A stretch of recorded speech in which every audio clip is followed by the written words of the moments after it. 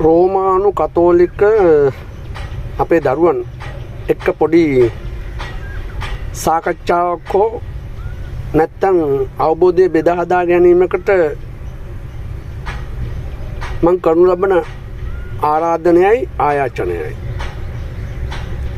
සමහර විට ඕගොල්ලෝ ඉතින් අද අලුත් ට්‍රෙන්ඩ් එක ඒ නිසා ඕගොල්ලෝගේ අධ්‍යාපන ක්‍රමය වෙනස් කියලා හිතේ තියන් ඉන්නවනම් ඒක තුලත් ඕගොල්ලෝ හිතන්න පුළුවන් මේ නාකියෙක් මේ ගල් යුගයේ එකෙක් පිස්සෙක් මෝඩෙක් කියලා හිතේ තියන් ඉන්නවනම් ඒකටත් ඉතින් එකින් එක අපි සංවාදාත්මක උත්තර දෙන්න කැමතියි. සමහර විට වැඩිහිටියන්ටත් හිතන්න පුළුවන් ඇයි මේ මිනිස්සු මේ දරුවන්ව ඉලක්ක කරගෙන කතා කරන්නේ කියලා. මම ඒකටත් උත්තර දෙන්න කැමතියි. මොකද අද සමාජය අනවබෝධය නිසා අපි මේ පීඩාවන් වලින් පෙළීලා ඉන්න සමාජයක් තියෙනවා. එක සන්නාම දාගෙන විවිධ සන්නාම ඒ කාලවල වල ඕවා තිබුණේ නැහැ. සෑම දෙයක්ම දිනනකොට දැන් කියනවා උපාධිධාරීන් කියනවා ආචාර්යවරු කියනවා මහාචාර්යවරු කියනවා කතිකාචාර්යවරු කියනවා විද්වත්තු කියනවා එක සන්නාම දාගෙන මේ බැරියර් එකක් දාලා මේ අහිංසක මේ 30ක් විතර ඔය උද්දච්චකමින් පෙළෙන අය 70ක් විතර මේ මිනිස්සුන්ව තලා පෙලාගෙන අනවශ්‍ය වාසි ලබාගෙන පීඩාවෙන් බොරුවෙන් වංචාවෙන් තමන්ගේ ජීවන උපාය කරගෙන යන්න හදනවා. ඔය කාලකන්ණී මානසිකත්වය පොඩ්ඩක් නතර කරගත්තොත් හොඳයි. විශේෂයෙන් මේ ශ්‍රී ලංකාවේ ජීවත් වෙන පුරවැසියා හිතන්න ඕන අපි මේ ලංකාවේ ඉපදීමම ලොකු වාසනාවන්ත භාවයක් කියලා. නමුත් අද තාක්ෂණයේ දියුණුවයි තාක්ෂණයේ සමහර අය අවභාවිතා කරනවා YouTube වලින් Facebook වලින් TikTok වලින් දරුවෝ ඉන්න එක මේ රෝමානු කතෝලික දරුවන්ට මම ඉලක්ක කරගන්නේ මට ඔය මල් පහන් පූජා කරන මං සිංහල බෞද්ධයෙක් කියන දරුවන් එක්කත් මම ඒකට කැමැති සාකච්ඡා කරන්න. හැබැයි හොඳ බුද්ධිමත් බෞද්ධයෙක් එක්ක නම් මට කතා කරනවා තියා හිතන්නත් බෑ මම වැලි කැටයකටත් වැඩිය චූටි. නමුත් මම රෝමානු කතෝලිකයෙක් නිසා මේ රෝමානු කතෝලික දරුවන් එක්ක කතා කරන්නේ. මම මොකද පොඩි අවබෝධයක් සොයාගෙන යන්න ඕන. නැත්තම් මේක මේ දරුවෝ ගොඩක් ගෙදර ඉන්න සහෝදර සහෝදරියන්ව පවා මේ අධ්‍යාපන ක්‍රමේ ලකුණු ලබා ගැනීමේදී මට මෙච්චර O level වලදී ඒ තිබුණා නැත්තම් මට A level වලදී තිබුණා කියලා තමන්ගේ සහෝදරයා පරාජය කරන මානසිකත්වයෙන් ඉඳලා මේ අධ්‍යාපනය කියන්නේ තමන්ගේ සහෝදරයා දෙමව්පියා අසල්වැසියා නැන්දගේ දුව පුතා හිතවතා ගමේ මිනිහා පරාජය කරගෙන යන්න හදනවනම් මේ මානසික රෝගී තත්ත්වයෙන් එතනම මුලාවක් තියෙනවා. අද ඒක වඩාත්ම විනාශ කරලා තියෙන්නේ අපිට මේ ඇත්තටම කිව්වොත් මේ අනවබෝධය නිසා. ඒකෙන් අයිති ප්‍රයෝජන ගන්න කට්ටිය බොහොමයි. නැත්තම් අපිට නිදහස් අධ්‍යාපනය ලබා දුන් අපේ දිවංගත මිනිස්සුන්ට අපි අනේක වාරයන් පින් අනුමෝදන් කරන්න ඕන නිදහස් සෞඛ්‍ය. අද ඒවා අවභාවිතා කරමින් ඒ වගේ ඉගෙනගෙන සමහර මේ එදා හිටිය ගුරුවරු ඍෂිවරු කියලා දැන් ඉන්නවා කාලකන්ණී ඔය පෞද්ගලික අධ්‍යාපන කඩකාරු ටිකක් විශේෂයෙන් පිරිමි ටිකක් ඉන්නවා නගරවලට යන්න බෑ මේ poster cut out banner TV එකේ වැඩසටහන් දේශපාලඥයන්ට වැඩි යහපන් ඔය ගුවන් කාලයට කොච්චර සල්ලි වියදම් වෙනවද කිව්වත් ඕවත් ඔය දරුවන්ගෙන් තමයි අය කරගන්න. ඉතින් අම්මලා අර දරුවන්ට උගන්වන්න කියලා තාත්තලා දුක් විඳගෙන ගාමන්ට් වල වැඩ කරගෙන ත්‍රිවිල් දුවාගෙන මේසෙන් වැඩ කරගෙන නිදි වරාගෙන නොයෙකුත් දේවල් කළා බොරුවෙන් හරි අර කාලකන්ණි ගුරුවරුන්ට සල්ලි පොම්ප කරලා අන්තිමේදී යම් දෙයකින් හරි පාස් වුණොත් ඒකට අයිතිකාරයෝ ගොඩක් ඉන්නවා පේල් වුණොත් එකෙක්වත් නෑ ඒකට වගකීම් දාගන්න. ඒ නිසා පොඩ්ඩක් හිතන්න. ඔය ක්ලාස් වලට යන්න ඕනේ අපි නිදහස් අධ්‍යාපන ක්‍රමයේ තියෙනවා. ඒක තුල ඇවිල්ලා ඒකෙන් ඉගෙනගෙන ඊට පස්සේ සිලබස් ඒවා ගෙදර පරිශීලනය කරලා අර ඉන්දුරාගාරේ අපේ හාමුදුරුවන්ගේ බණ තියෙනවා. මැදගොඩ අබේතිස්ස හාමුදුරුවන්ගේ බණ තියෙනවා.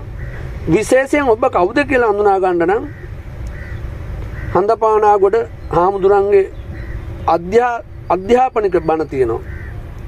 ඒවා අධ්‍යාපනික බණ YouTube එකට ගියාම ඒවා පරිශීලනය කරලා ඒවා සංවාද කරලා ඒවයින් ඔය කියන උපාධිය අරගන්න පුළුවන්. මොකටද දන්නේ නැහැ උපාධියක් කියලා මේ අරගන්න උත්සාහ ගන්න. මොකද හේතුව අද අපේ රටේ කතානායක පවා උපාධියෙන් තමන්ගේ තනතුරත් අහිමි වෙච්ච ඒ කියන්නේ බොරුවෙන් කොච්චර ජීවත් වෙන ඇද්ද මිනිස්සු. ඔය අපේ මලගයකට මගුල් ගයකට විශේෂ උත්සව අවස්ථාවන් වලට උපාධිධාරී අනම්මනම් කියන කට්ටිය. හැබැයි මේ අය ඉගෙන ගන්න තියෙන රස්සාවක් කරන්න නම් ඒ බොරුවම ඇති මේ මිනිස්සුන්ට. මිනිහෙක් ජීවත් වෙන්න ඕනේ මිනිස්සෙකුට සේවය කරන මිනිස්සෙකින් යැපෙන්න නෙමෙයි. ආයු කාලය ටිකයි. මම ඕන කෙනෙක් එක්ක දේශපාලනයෙන් තොරව දේශපාලනය කැමති නැහැ. නැත්තම් මම දන්න එකක් කතා කරන්න. ඊට පස්සේ අර හොඳම බෞද්ධයෙක්ට මම කතා කරන්න කැමති නැහැ. මම වැලියටයක් වගේ තමයි.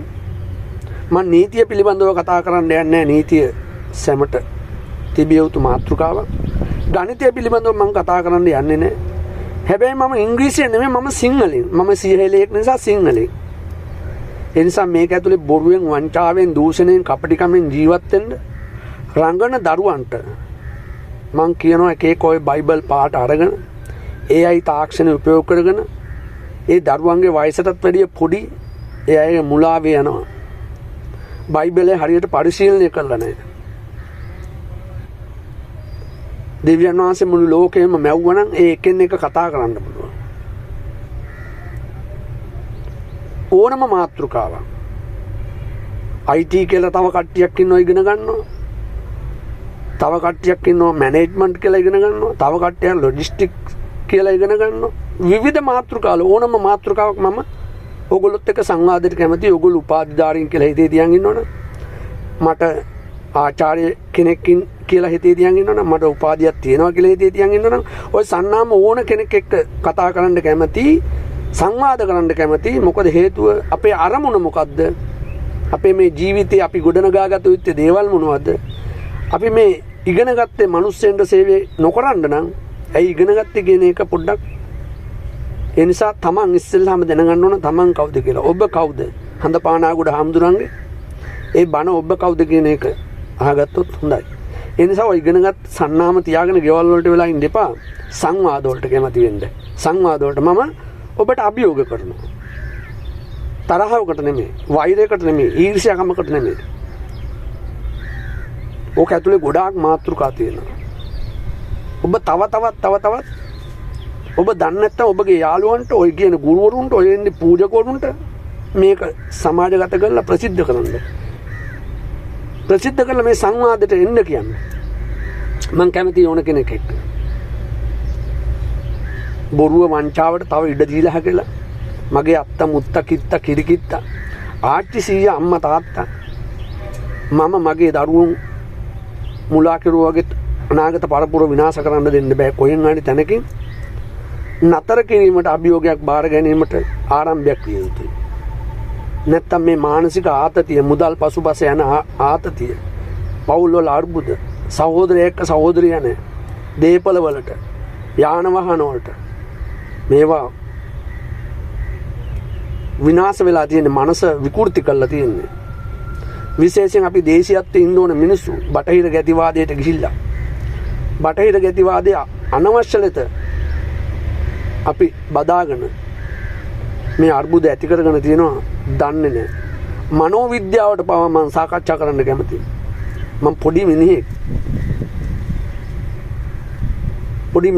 නමුත් අභියෝගය කිරීම එින්ද ගෙවල් වල ඉන්න එපා. මම ඉගෙනගෙන තියෙනවා. මම අර විශ්වවිද්‍යාලේ ගියා, මෙහෙ ගියා. මම පිටරට ඉගෙන ගත්තේ.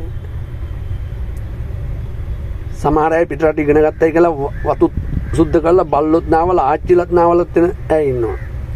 ඇවිල්ලා මෙහි රඟනවා තට්ටු ගණන් වල ගෙවල් ගහගෙන ඒවා ඊට පස්සේ පරම්පරා ගණනාවක් යනකොට විනාශ වෙලා එහෙනම් මේ මහ පොළවේ ජීවත් වෙන්නේ මහ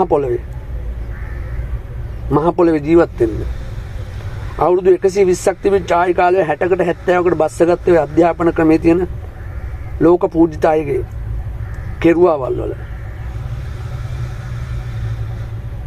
අපි බලමු සංවාදයට ඕනම විෂයක් ඕනෑම විෂයක් සිංහලෙන් ගුරුවරු කියන කාලකන්ණි ඔය සල්ලි වලට අධ්‍යාපන කඩදාන එකෙක් මං ගණන් ගන්න උන්ටත් මං ආරාධනා කරන විවෘතව ඔබ මේවා ෂෙයා කරන්න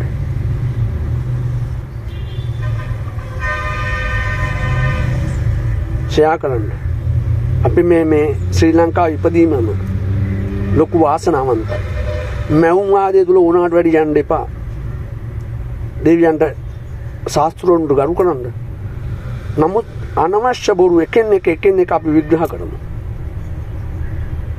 පෙළපතේ ඉඳලා මම ඉස්සෙල්ලාම ඔය මෙයා කරන්නේ මොකද හේතුව කියා දෙන්නේ නමුත් අපි සංවාද කරමු කාටවත් පරාජය කරන්න නෙමෙයි කාටවත් හිංසා කරන්න බාල්දු කරන්න නෙමෙයි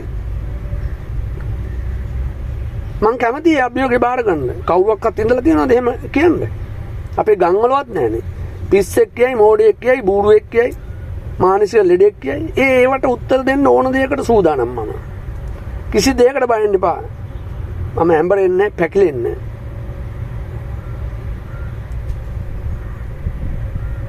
අවශ්‍ය දෙයක් නෙමෙයි නමුත් මේක අත්‍යවශ්‍ය දෙයක් විශේෂයෙන් ගෑනු දරුවෝ ඔය බණ වල කතා අහන්න මේනින් වහන්සේගේ බණක් තියෙනවා විශේෂයෙන් කාන්තා දරුවන්ට කාන්තාව කෙලෙස් බහුලයි කියලා තියෙනවා කන්නේ සප්ප සූත්‍රයක් තියෙනවා ඒකේ මම මේ රෝමානු කතෝලිකේ ඔබ ඉන්දුරාගාරේ හාමුදුරුවන්ගේ බණ පොඩ්ඩක් අහන්න ඔබ මැදගොඩ අබේතිස්ස හාමුදුරුවන්ගේ ඒ බණ ටිකක් අහන්න විශේෂයෙන් හඳපානාගොඩ හාමුදුරුවෝ ඇතුළු අනිත් අයගේ බණ ටිකක් අහන්න හරි මම ඔය අභියෝගේ බාර දුන්නා ඔබ බාර ගන්න ඔබ සැමට බොහොම ස්තුතියි